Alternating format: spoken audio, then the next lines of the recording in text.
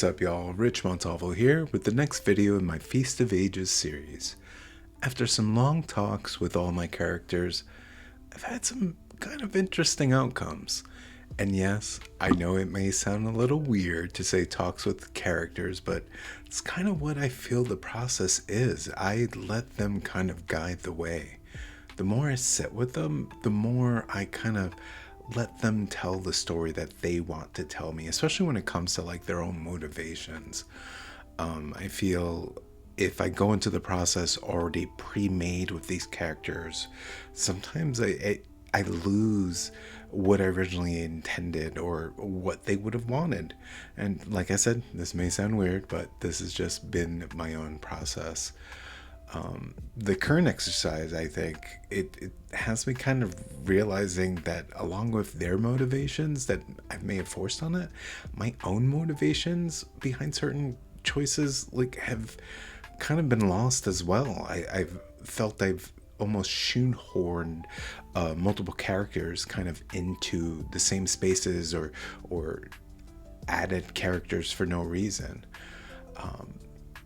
Basically, I'll be honest, I ended up cutting a character with this.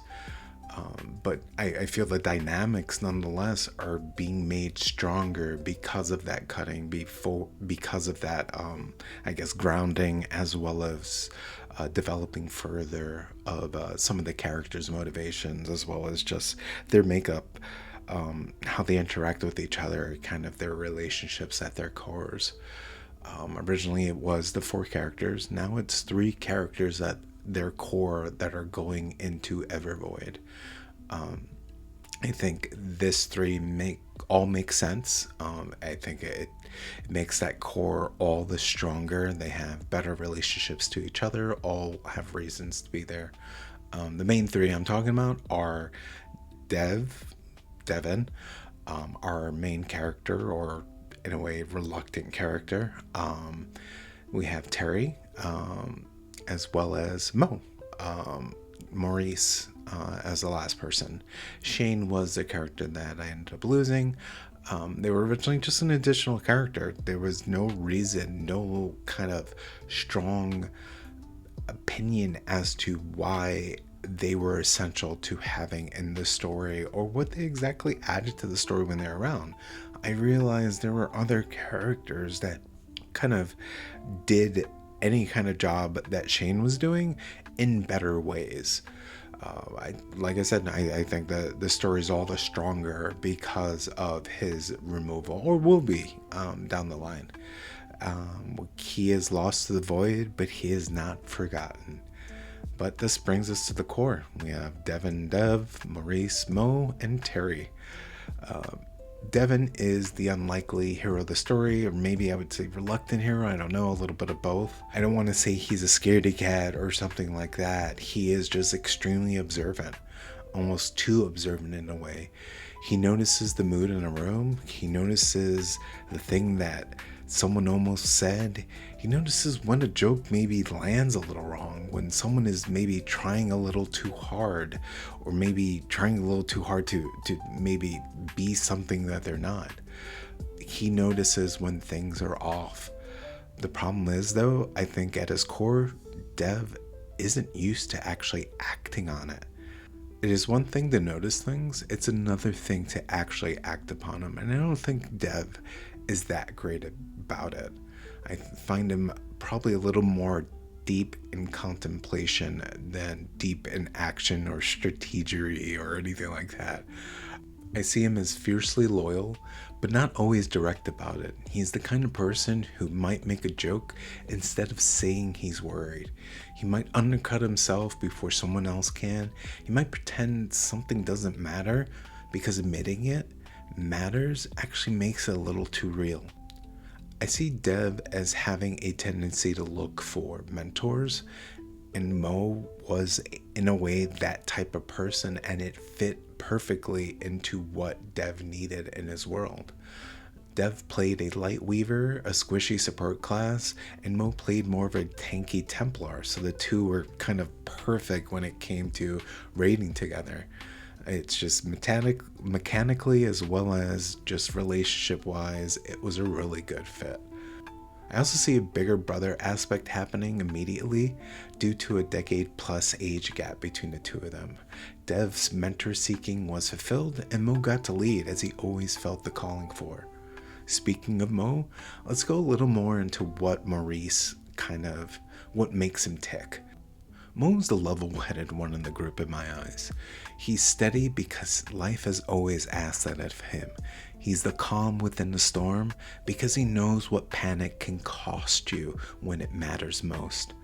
While not open with his history with the team, they can easily tell he's at least former military or at least something close to it, because during intense fights he tends to have random callouts that seem closer to a tactical shooter than a dungeon crawler like they're playing together.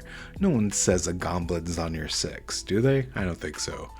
But that's kind of Mo as a gamer, as a person. The kind of person who takes the game way too seriously because the people on the other side of the screen are real to him. He's more than happy to take the brunt of any attack, especially if it means the team lasts a little longer because of it. Any squad would love to have them as their anchor. And that's what he became for Dev, in more ways than one. Here they were, two unlikely heroes, finding their rhythm in a game where most serious groups were running at least 3 to 5 people for the raids that they were doing. But at the core, it was the two of them backing each other. And that's what made them both happy, and they thrived because of it. Mo held that line, and Dev kept them alive. That was their early rhythm. Not perfect, not optimized, probably not recommended by anyone who cared about the official meta for Evervoid, but it worked. Then entered Teri to throw a little chaos into everything. Teri's direct, guarded, and deeply strategic in how they move through a room. Their gender has never been something they felt the need to perform for anyone else. To Teri, what matters is what you do, what you say, and whether those two things line up when the pressure matters most. So rather than making gender the center of Teri's character, I realized part of their identity is that they had purposely rejected that kind of box and boxes in general, morphing from tomboy to trans to eventually just themselves, non-binary maybe, but either way, just Teri. That is why Teri believes in action above all else. Even the wrong move teaches you something. Standing still just gives the world more time to decide for you. And in the game world, Teri understood that better than most. Teri first came across the duo when they were just on their merry way doing a raid, and Teri saw an opportunity that they could not pass up. So the possible gank eventually was thwarted by Mo, but there was definitely some arguing between the group of them, but they eventually became a trio, I guess. That kind of is the start of where this group kind of forms. This is just the beginning and kind of a taste for you to kind of see where they're coming from, and I'm not going to go too far into what they'll eventually be, but you do have their archetypes now. You have a magic user healer in Dev. You have a slight magic user, kind of more divine magic user with Mo. And finally, a more rogue type assassin when it comes to Teri.